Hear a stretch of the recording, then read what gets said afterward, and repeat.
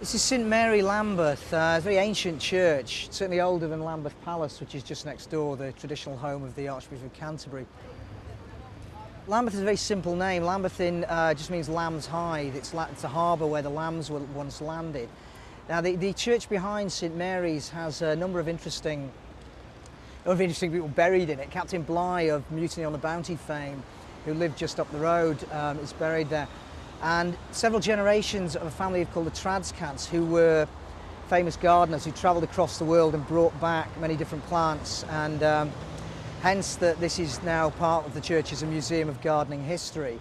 It also, there's a tomb just over my right shoulder, which it's a very strange legend attached to it. If you walk around it 3 times at midnight, a ghost appears. Nobody knows who the ghost is of, but the ghost certainly appears there.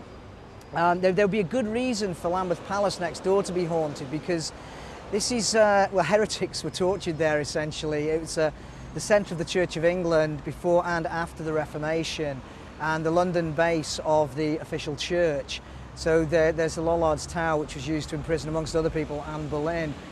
And these days, if you time it right when you're down here, the Archbishop does have fetes that are open to the general public in his gardens, which are well worth a trip. And you're unlikely to get tortured, and you're more likely to get offered tea and cake, so it's a altogether more pleasant experience.